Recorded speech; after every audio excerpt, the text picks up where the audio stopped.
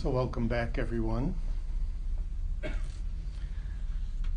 So I was trying to think through how I wanted to enter into this enormously large and important and complicated topic of engaging ourselves and our world with compassion.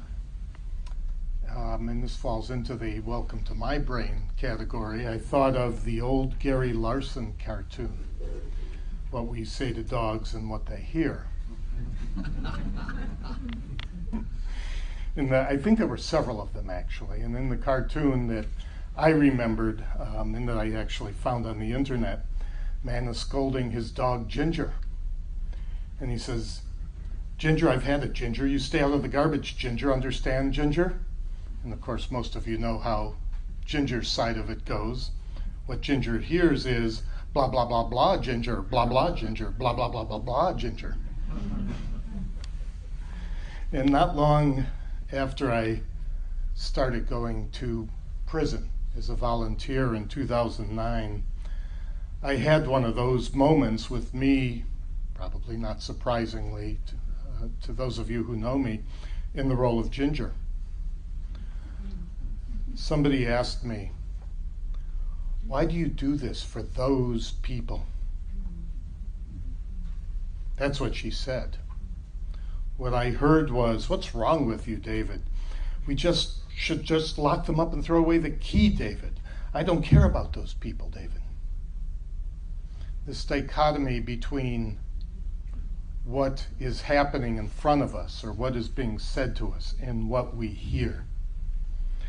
And I was flummoxed by the question. I was surprised. I was shocked. At first I didn't know what to say, and then I mumbled out kind of the old standby answer, "Well, I get a lot more out of it than I put in," which is true, very true. But as I'll discuss, it's only a very, very small part of the story. I get a lot out of it because so many, if not most of the guys there have been marginalized their whole lives, and now they're being warehoused. There's not much emphasis in our society for real justice. It's just punishment. So when those of us who, and there are several of you in the room here who I've been privileged to go into prison with, including yesterday, we always get so much gratitude from the guys just for showing up, and that feels good. And I get a lot out of it because it inspires me to see the guys practice mindfulness so diligently in some really harsh, difficult conditions. I mean, if nothing else, prison is noisy. It's hard to meditate. And it's countercultural, and sometimes the guys get ridiculed for meditating. They get thrown in solitary for medicating. It's inspiring to see these guys practice so diligently. And I get a lot out of it because I meet some of the most fascinating people in prison. And I feel good about that because, well, for a lot of reasons, not the least of which is it gives me anecdotes for Dharma talks. For instance, I know one guy who is a total Dharma scholar. And he's a big man, an African-American man, and if you don't check your unconscious biases at the door, which is something that's imperative to at least try earnestly to do when you go into prison, you'd be afraid of him. In fact, he told me once that a lot of people in prison are afraid of him, and in that environment, that's saying a lot. He laughed one day. He said, "They know who I was, but they don't know who I am now." And he used that to his advantage. He told the story, you may have heard me tell this story before, about how in prison, the two groups of guys who tend to get the most difficulty from at least the other inmates, perhaps the staff, are gays and child abusers. And he said, as part of my practice, he told me one day, I've taken on myself to sit with those guys in the day room, during meals, wherever. And nobody messes with me. And those guys don't get messed with as much either. So it's inspiring to hear people put the practice to work in that way. So yes, I get a lot out of it. But those are only the most superficial, easy answers to that woman's question. What's more important, I think, for this weekend, and our topic this weekend, is that person's question, the very question, and how I heard it and react to it, set off a bout of suffering in myself. Of anger because I thought she wasn't being compassionate, that she was being punitive. Of hopelessness because if this woman, who in many other ways was a kind person, could feel like that, how can we as a society change how we treat people who, yes, have committed crimes, but are still people? But what really stuck with me about that question was the very first word. Why? Why do I go into prison? Why do you do what you do to engage your practice with others? Whether it's with those nearest to you, your friends, your family, your work colleagues, or working for social justice. Why do we want to do this? And I knew intuitively, of course, that the I get more out of it than I put in answer was, while true, just a small part of the answer. So why? Is it genuine compassion? Is it a sense of guilty obligation? In other words, genuine neuroses? Am I egotistical about going to prison? Don't answer that. I get to say I go into prison. Is it all of the above? So that's been a question I've been exploring now in the 6.5 years that I've been going into prison. So I'd like to dig down in that, not so much to talk about my experience, which isn't that important, but to use that as a launching board to get us into a discussion that I'm sure Sherry and Stephen will flesh out in the rest of the weekend, of what is compassion? How does it arise? How does suffering arise? Why do we do this? Why do we care? This isn't about doing a specific thing in life. It's not about going to prison. It's not about participating in a social justice organization. It's about increasing our awareness and our compassion. And I kept looking, kept asking myself, well, was it the Bodhisattva vow that is such an important part of my life? The vow to alleviate suffering in all beings, in all sentient beings. Yeah, it was that too. But something was still missing. And then finally last month, I was a little late to the gate on this one. I read a book that for me got a lot closer to the heart of why I do what I do, perhaps why you do what you do, and what is it about compassion that is so compelling, so important. The book, which I'm sure many of you read or certainly have heard about, is Just Mercy by Brian Stevenson. A lot of you in Madison, I know, may have read it because it was a UW big read. Everybody was encouraged to read it. A little bit of the backstory. In the 1980s, as a new Harvard Law graduate, Brian Stevenson started a law center in Alabama to represent, at least initially, those who were in death row who otherwise had no representation. And some of them, particularly the African Americans, were really railroaded to a death sentence by an unjust justice system, and he gave a lot of examples of that. And it was a systemic issue. For example, he described how officials had come up with so many ways in Alabama to try capital cases involving African Americans with all white juries, even if the crime or the trial took place in a jurisdiction where there were a lot of African Americans. And as the organization grew, it grew to encompass children who were sentenced to life terms in adult prisons. which at that time in Alabama anyway, there was a shocking number, and it grew to encompass adults with various mental and physical disabilities who were also often stuck in prison for life. No help, no hope. Toward the end of the book, he relates how he tried mightily and failed to win a stay of execution for a man named Jimmy Dill, who did not deserve to die at the hands of the state. And he describes visiting Jimmy Dill in the hours before his execution, then going back to his office to wait for the execution. And while he was at his office, he had a crisis of confidence. And he wondered, in the face of such injustice, he wondered why it was that he did what he did. Now, it's a little humbling to have somebody write your Dharma talk for you, but I can't say it any better than Brian Stevenson did. So I'm just going to quote for a while from his book. He said, "For the first time I realized my life was one of brokenness. I worked in a broken system of justice. My clients were broken by mental illness, poverty, racism. They were torn apart by disease, drugs, alcohol, pride, fear, and anger. I was talking to myself aloud. I can just leave. Why am I doing this?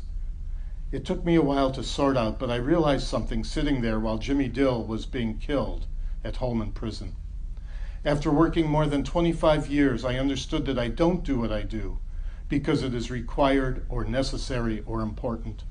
I don't do what I do because I have no choice. I do what I do because I'm broken too. My years of struggling against inequality, abuse of power, poverty, oppression, and injustice had finally revealed something to me about myself. Being close to suffering, death, executions, and cruel punishments didn't just illuminate the brokenness of others. In a moment of anguish and heartbreak, it also exposed my own brokenness. I desperately wanted mercy for Jimmy Dill and would have done anything to create justice for him, but I couldn't pretend that his struggle was disconnected from my own. Our shared brokenness connected us." And I read that just last month. I said, yeah, that's it. We can work for justice in the world, and that's a good thing. We can be satisfied with the rewards. We can relish all the stories we hear and maybe even share them. We can collect our accomplishments and our achievements, but what really deeply resonates, at least for me, but is so hard to articulate, is the deeply felt interconnection that is the universal nature of suffering and of compassion. And experiencing that deep interconnection, however each of us does it, helps us liberate ourselves, and it leads to real compassion. Not empathy. Empathy is good. Empathy is relating to the suffering of another. But inherent in empathy is a dualism that is not as deep as compassion. Inherent in empathy is, you're suffering, I'm here for you. You, me. Compassion, as I'd like to delve into tonight, comes out of the deepest of interconnections. It's that sense that our suffering, each of our suffering, every one of us in this room, and the causes and conditions for our suffering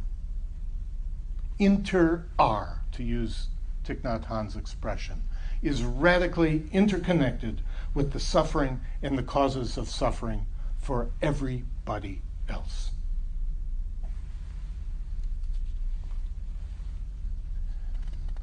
And when we approach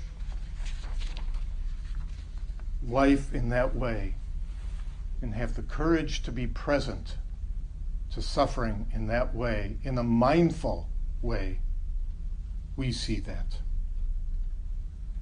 Our practice of personal liberation is to turn toward the suffering in ourselves, then turn toward the suffering in others, then the suffering in our world at large, and then the causes and conditions of that suffering. and finally to understand, as Brian Stevenson said so powerfully, finally to understand viscerally in our bodies, not intellectually, that there is no, absolutely no separation. And to practice and practice and practice until we can touch on that. We can touch on that reality. The unjust execution, for example, of Jimmy Dill arises from the same sea of causes and conditions as the murder of my grandmother, my great-grandmother, my aunts, my uncles in the Holocaust, as the same sea of causes and conditions of the unjust treatment of Palestinians in and around Israel today, as the enslavement of Africans brought to America in bondage, and the ongoing glaring racial inequalities that are still as much a part of our modern life as they have been for the last hundreds of years, as the unjust genocide of human beings who lived here before the Europeans arrived, as the Holocaust of Armenians and Turkey in the early 20th century, as the genocide in Rwanda, and the list, as you know, goes on and on and on. My Holocaust is no better, no more noble than yours. And we all have, if not outright holocausts, suffering that arises from the same sea of causality, as the Buddha so aptly put it. So doing things like prison isn't an accomplishment so much. It's not a good deed that will earn me and others who go into prison with me like karmic merit badges. Doing things like this is how we move toward our own liberation and work to repair the massive injustice that is all around us. And when we do that slowly, over time, when we practice in that spirit, we can leave behind that often intractable sense of me, me, me, that the Buddha taught us so profoundly is one of the core causes of suffering. Our suffering and that of another. Here's another story. I've actually used this one before. One time in prison, in a meditation group, we were talking that one of the benefits of mindfulness is that it helps us be fully in the moment. And the new guy in the group, a real young guy, said something along the lines of, hey man, when I'm on the street, I'm fully in the moment. I'm meeting, I'm greeting, I'm doing what I do, I'm doing me, I'm for real, man. And the same guy I mentioned before, the Dharma scholar, leaned over to him and said very quietly, what we're talking about here is something much bigger than you. So I'd like to, at the risk of getting a little wonky here, get down to some of the particulars of suffering and compassion and how it works in our practice. And in particular, I'd like to talk about how suffering and injustice,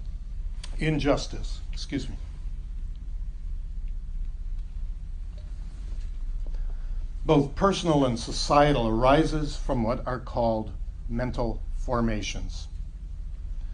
The Buddha was real clear, and there's nothing about this practice that asks you or requires you or even wants you to identify as a Buddhist. But these teachings do come in some significant measure out of Buddhism. And the Buddha was very clear in his instructions that when we meditate, we want to grow our awareness of mental formations as they arise. We all have mental formations, and in the absence of mindfulness, these mental formations are what run the show, and we likely don't even know that it's happening. These mental formations are reflected in our unmindful habits of mind, or what Thich Nhat Hanh calls our habit energy. And as such, they absolutely are at the root, at the core of our suffering and the suffering that spreads out from us.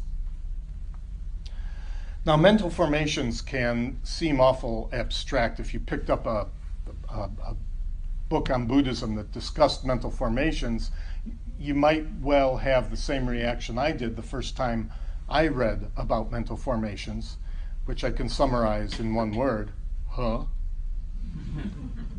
Because for some reason or another, it can seem like a complicated topic, but Thich Nhat Hanh, who we lovingly call Thay, explained, I was at a retreat once, and he explained mental formations so beautifully clearly, which is one of his many special gifts. He picked up a flower, and he said, you may think you're looking at a flower, but you're actually looking at a flower formation. Yes, the flower is made of the actual flower, the stem, the leaves, the stamen, all the flower things. But it's also made up, in his wonderful poetic way of putting things, this flower is also made up of the sun, the wind, the rain, the soil, the minerals and organic matter that over millennia created the soil. It's made up of the gardener who planted and tended to the flower. It's made up of the seed that the gardener planted. It's made up of the flower that the seed that the gardener planted came from, and all the people who tended to that flower. It's made up of all the people who made all the tools, created all the food that supported all these people. So when you look at a flower, you can see that this is actually a formation of many things going back in time, going way back in time, both broadly and deeply. It is a formation made out of all the causes and conditions that came before it. And all of these things came together to form the flower. This is a flower formation. And we may even have a mental formation that says, oh, it's beautiful. That too would be a mental formation. In short, the flower formation is a very impermanent manifestation of everything that came before it. And Thay pointed out that the same is true with our mental formations. We may think we believe something, or we may just act automatically, but this arises out of a mental formation that goes back in time, both broadly and deeply, not just, of course, to our parents and upbringing, but our family, our ethnic, our national history, all the way back to the origination of our species.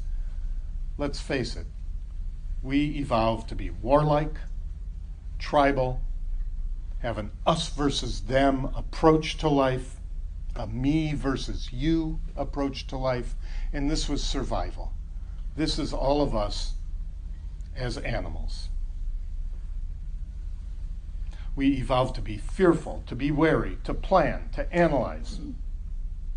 As an aside, does that sound familiar? Think about your monkey mind. What comes up in our mind isn't just random.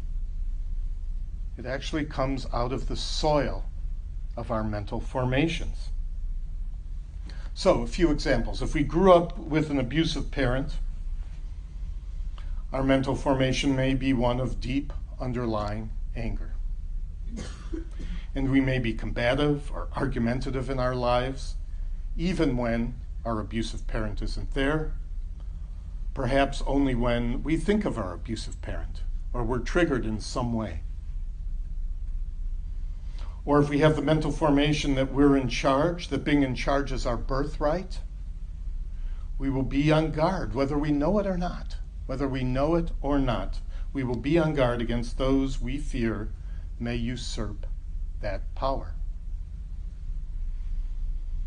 And some of us may have mental formations that would actively prevent those people from having their own power.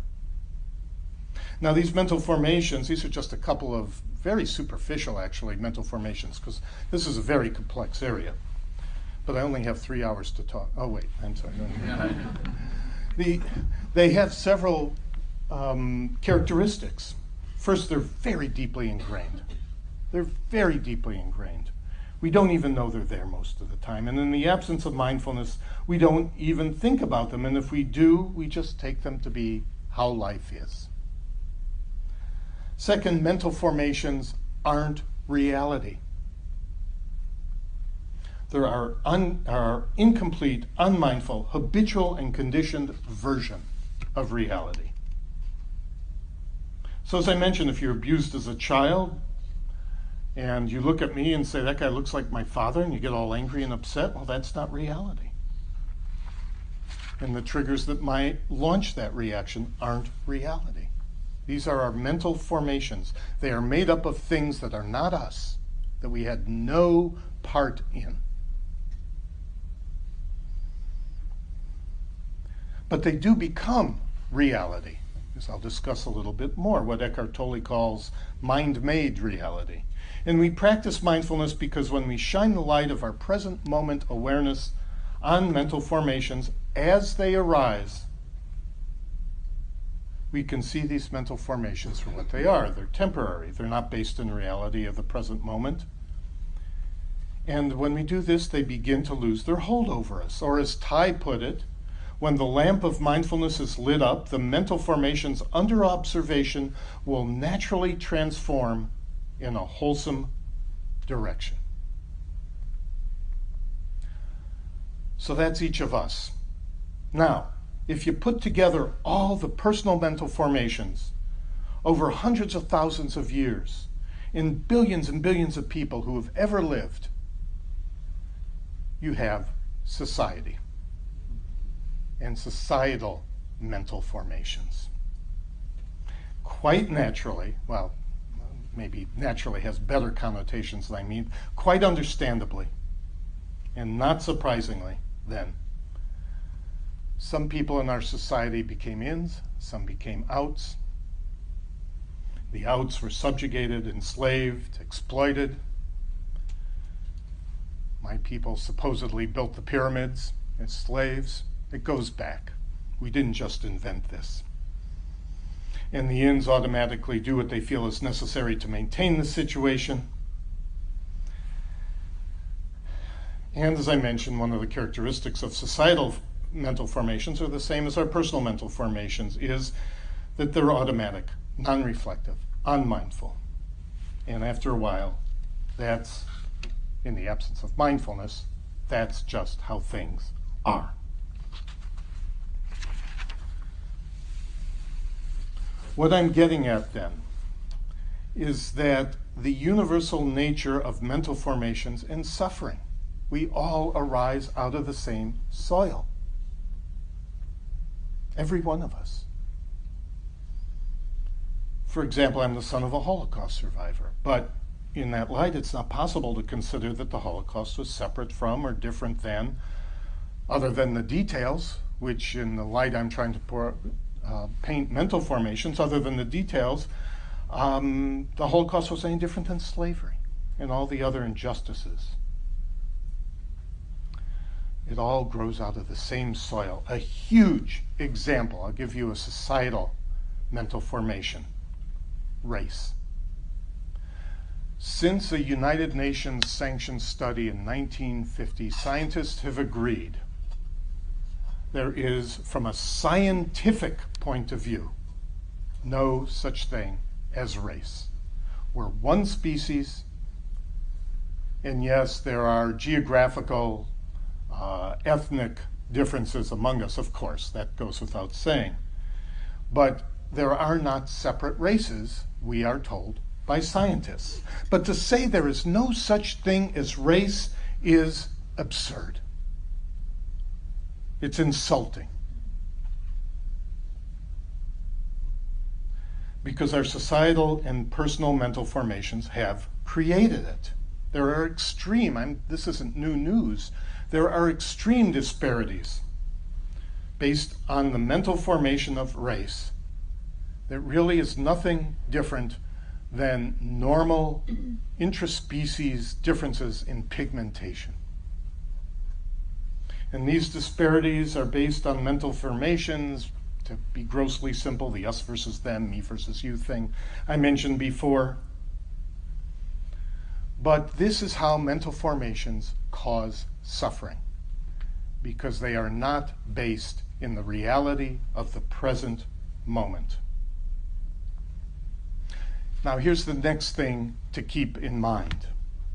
Because we all evolve from the same sea of causality, whatever our outer intentions, however we try to act in the world, we all have within us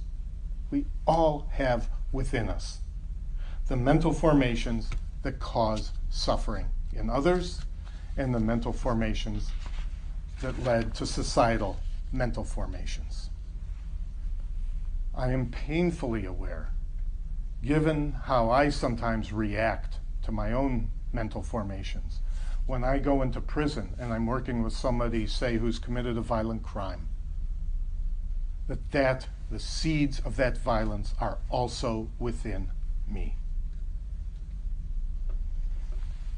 So to effectively address social injustice, we just have to first look at our own seeds of suffering, our own mental formations. So I now realize that when I go to prison, I'm not just bearing witness to the incredible, mind-boggling, in a way, injustice of the so-called justice system, the unfair sentencing, the mass incarceration, largely of people of color. I'm also bearing witness at the same time to my own suffering and the seeds within me that have caused others to suffer. Now, this is an important understanding to have, but it's not enough. This is what I've come to realize. It's important to understand all of what I've been talking about, but it's not enough. It's only part of the story.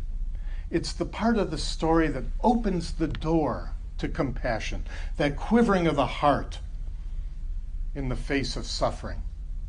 Remember, I said this isn't empathy where there's still me and you. This is the understanding that opens the door to us understanding that all of our suffering is radically interconnected, that when one person suffers, we all suffer. And that interconnectedness with tenderness, with loving kindness, is compassion. And without that understanding, we're most likely just to be angry.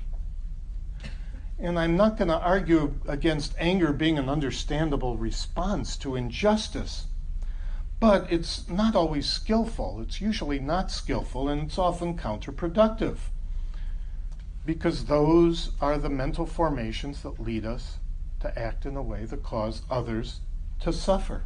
If I had snapped at that woman who asked me why I do this for those people, she would have quite understandably dug her heels in, and there would have been no transformation. There would have been no understanding. There would have been no coming together. So we have to be, as we dive into our practice of mindfulness, we have to go even further. And in particular, we have to understand that we need to apply two bits of balancing, which I'd like to talk about briefly. Because as I said, simply understanding all this is important, but it's not quite enough. And the first thing we must balance, I think, is that we simply can't stop at the notion that all suffering is interconnected. That's a fork in the road. We can say, oh, all suffering is interconnected. Or, more skillfully, I believe, we can really turn our attention to specific suffering, whether it's our own, those we live with, we love, or all of society's. I'll give you an example, and this will be a challenging one. And this isn't pro or con for any specific group, but in the face but this still might be a challenging example for you. In the face and phrase name of the group, Black Lives Matter, some very well-intentioned, very well-meaning people responded with All Lives Matter. And there was a kind of a bafflement about why African Americans who were part of Black Lives Matter would find this so offensive. And I didn't get it myself for a while until a little light bulb went on, and it was like, oh, I've got a very similar situation that I'm living through in my own life. 2 years ago, I got my cancer diagnosis, and I was really hurt and frankly shocked by the number of people who, when I told them what my situation was, responded with, oh, we could all be hit by a bus. It was really hurtful. It was really hurtful. And on the other hand, what they said is true. They were talking about the inherent uncertainty of life. And that's an important thing for us to understand.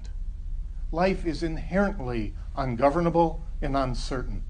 But damn it, I was just hit by a bus, and I'm laying on the pavement, and I don't want anybody coming up to me and say, oh, we could all be hit by a bus.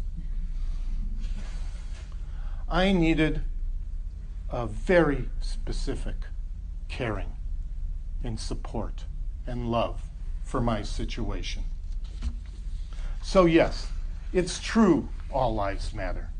I have never heard anybody say only Black Lives Matter. I haven't heard that, and I would have trouble with it if I did hear that. But instead, what we're being reminded to do, whatever we may think of the organization, is, I'm suffering. Be here with me. Understand why I suffer. So that's a bit of balancing we need to do. We need to understand the generalization that suffering is universal. We need to understand that, yeah, we could all be hit by a bus. We need to understand that, yes, all lives matter. And we need to understand and be fully, unflinchingly, or as unflinchingly present as we can be to the specific suffering of specific people.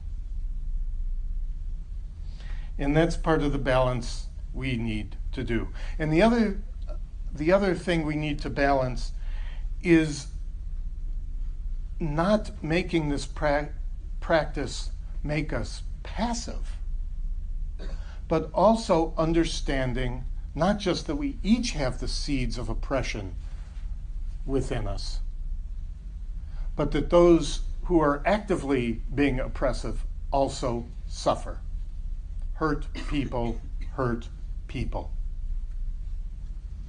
And if we're all in this together, if we're all radically interconnected, we can't withdraw our attention and compassion from anyone. Everyone must be welcome in our hearts. And there's nothing passive about that. We have to be boundaried. We have to take action. But we can't take that action unless we understand how we also suffer. And we're all capable of suffering. So it's this balance. In our society, don't we want to make everything black or white? No areas of gray. But people who do bad things to other people are also suffering. I've sat in reconciliation groups that comprised of the family of survivors of the Holocaust and families of Nazis.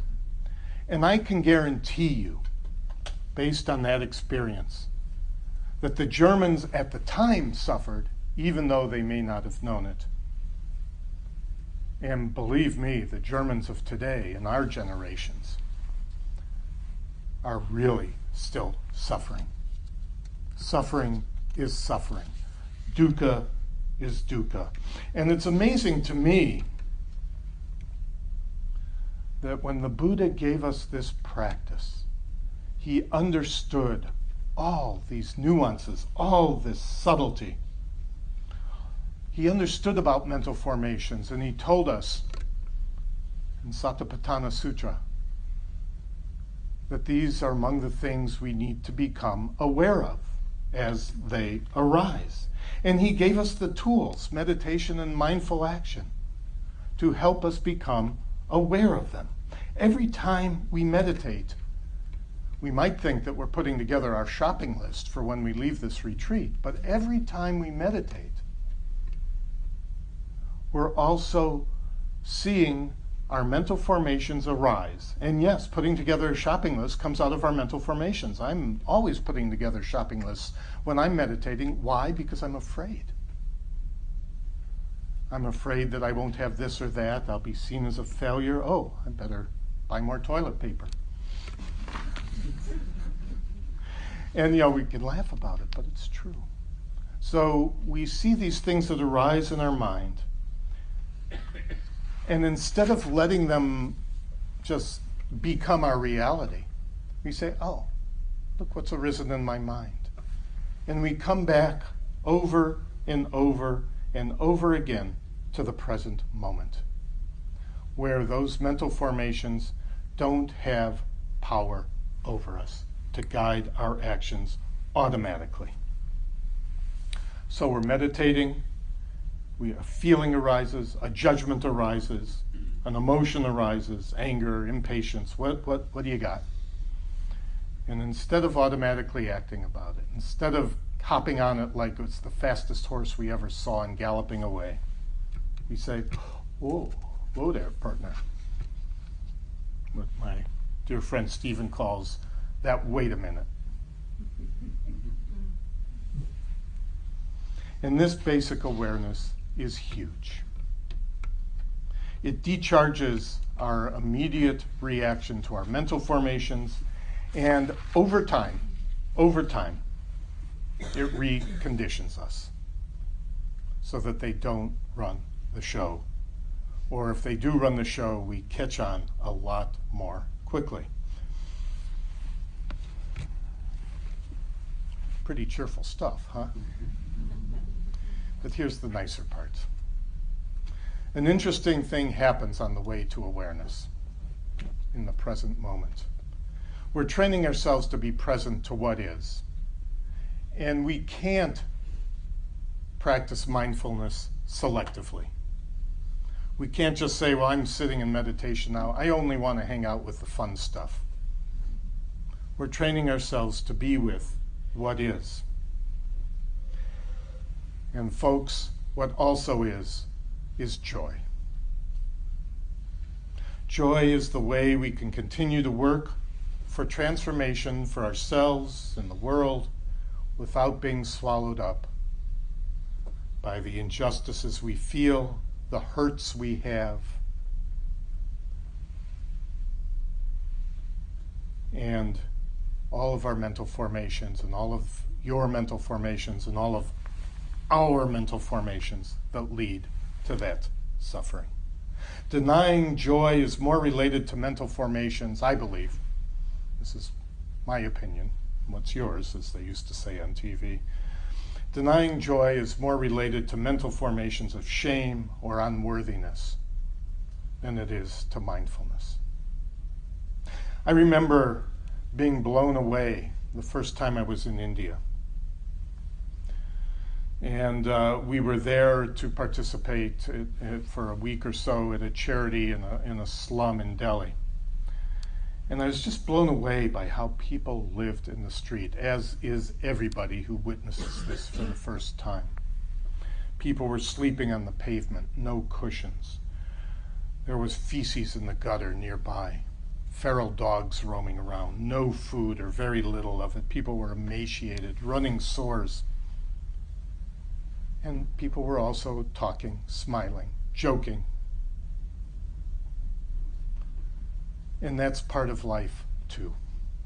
So to quote a line from Jack Gilbert's powerful poem that I don't think I'll have time to read here today, the poem's called The Case for the Defense. To make injustice the only measure of our attention is to praise the devil. We can't do that.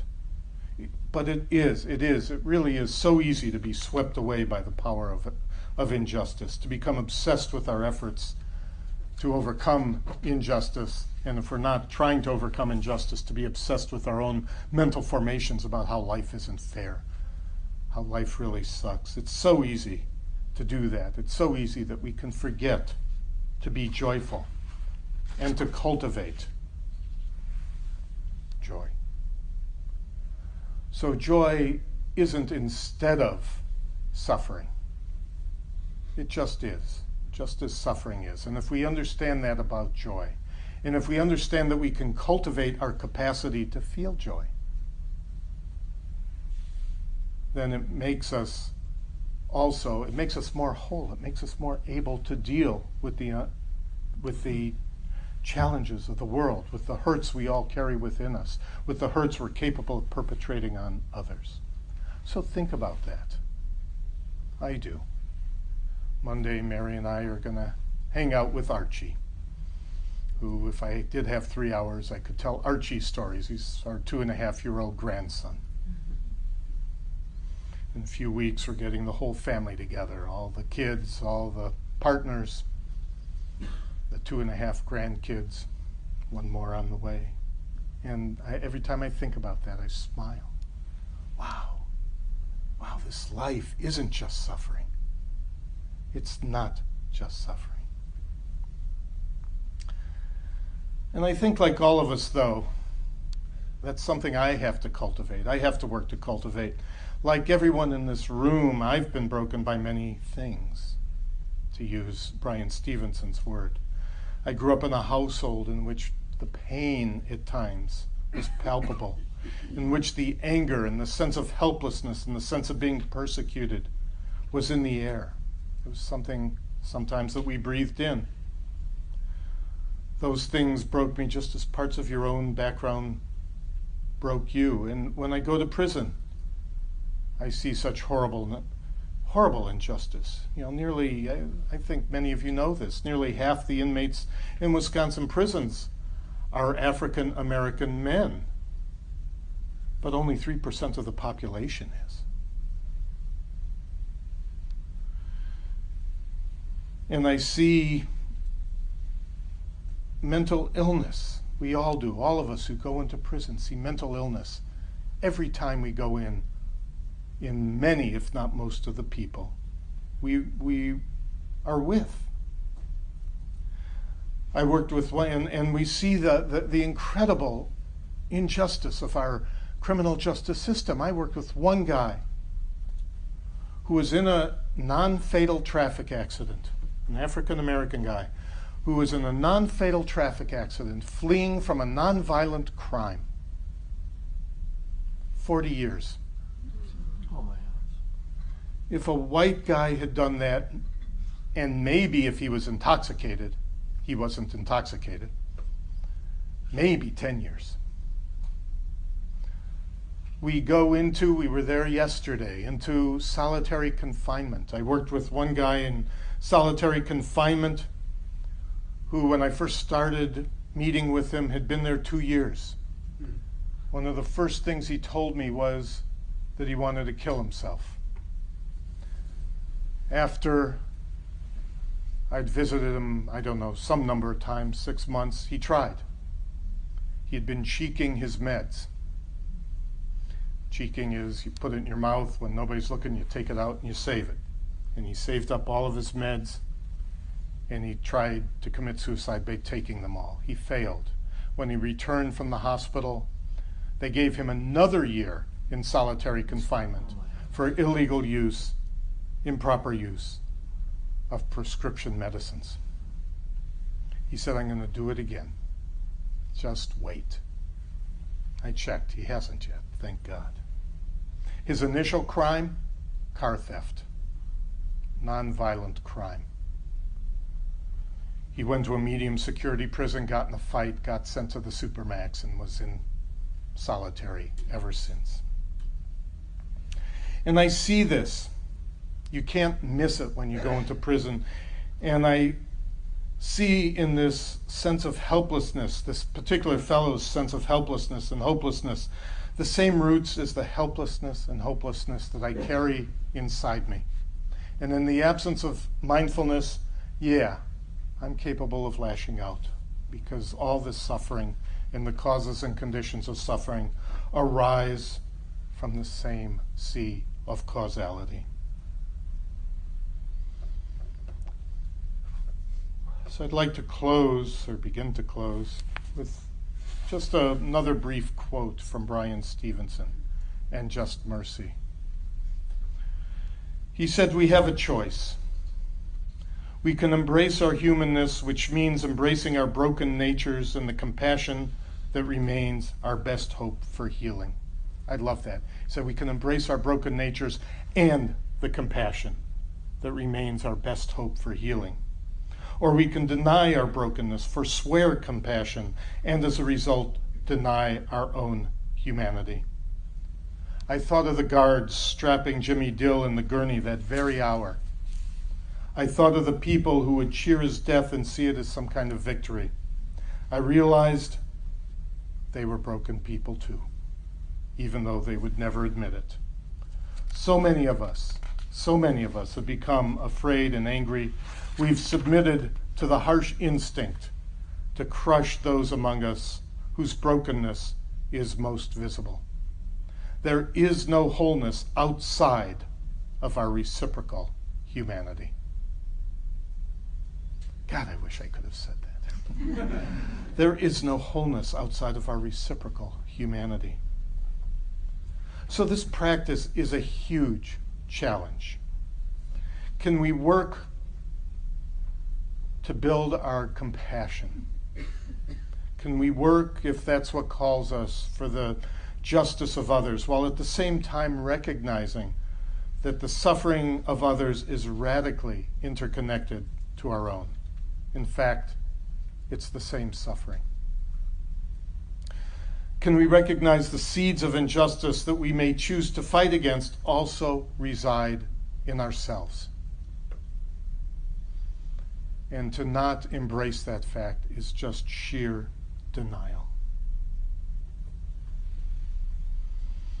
That even with the best of intentions, we still have those seeds. And the way to work with those seeds is through increasing our awareness. Can we embrace the fact that hurt people hurt people? And keep our compassion alive for all people, even those who hurt other people, without giving them a bye, without saying, oh well, they're hurt people, they get a bye. No way. We have to work to alleviate suffering, but we can't do it, I believe, without compassion. This path takes courage. It takes real courage. The courage to cut against the grain of our deepest conditioning and mental formations. To cut against that which is so deeply ingrained in us that we rarely even think about it, that we're rarely aware, at least in the absence of mindfulness practice, we're rarely aware is even there. The courage to be fully and honestly present to suffering, our own and the suffering of others, without being swept away by it. And while still having that compassion, that quivering of the heart in the face of suffering that can redeem us. And the courage to stay present, not just to visit that presence. It takes courage to understand that our own liberation, our own working for justice, isn't just a flower that somebody picked and sold and bought. That it goes back in time. That it arises out of that same sea of causality that exists in each of us. It takes courage, I think, to embrace that, to accept that without going on a guilt trip about ourselves, but rather, instead of guilt, having compassion first for ourselves, for our very humanness, because we're the ones we have to live with first. Do we have the wisdom to know that we are this flower, we are this suffering, we are all of us together? And the small mind things, the mental formations, the habit energies are transformable. And when we do that, we can see this flower, we can see all the suffering we deal with in the world. We can see each of us is a miracle. It's a miracle.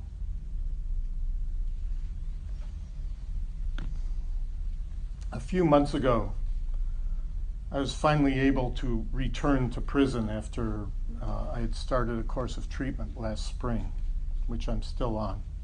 And I still can't go as often as I'd like, but I'm there. And it tires me out physically, but sometimes in life you have to prioritize what's important. And I've just decided that what's important is my just wonderful, beloved family in this prison work. And the prison work is important for all of the reasons I've gone through tonight. It heals me. It's hard, and boy, it's awful damn hard sometimes, as it is sometimes. And the gratitude I feel is profound. It's so profound. And I don't mean to be dramatic, but whatever happens to me, I mean, hell, I could be hit by a bus. Because that's true too, and I'm pretty hopeful I'll be okay. Don't know for sure, but pretty hopeful. Whatever happens to me, the healing I feel from this practice feels so important in so many ways that thanks to the men I visit, thanks to the people, some of whom are in this room I visit them with, thanks to wise people like Brian Stevenson, I feel like I can heal all those hurts that I have within me. Now I want to be clear, we can only do in life what we can do. There's no should. I hope you didn't hear any should in anything I said. You should do this, you should do that. This is about awareness. This is about understanding. And embodying that understanding. An embodied understanding can become wisdom.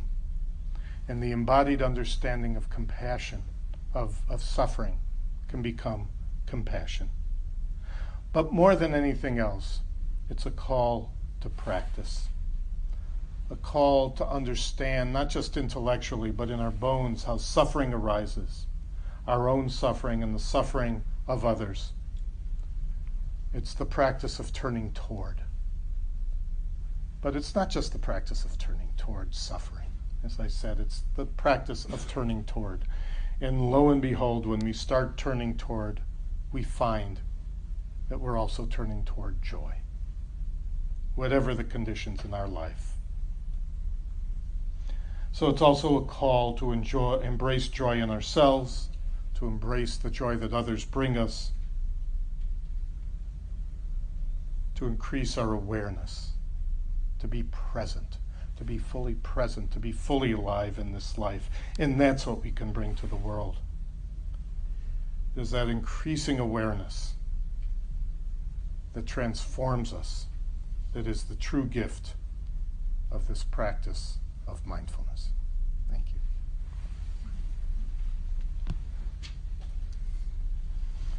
you. So let's sit for a few minutes.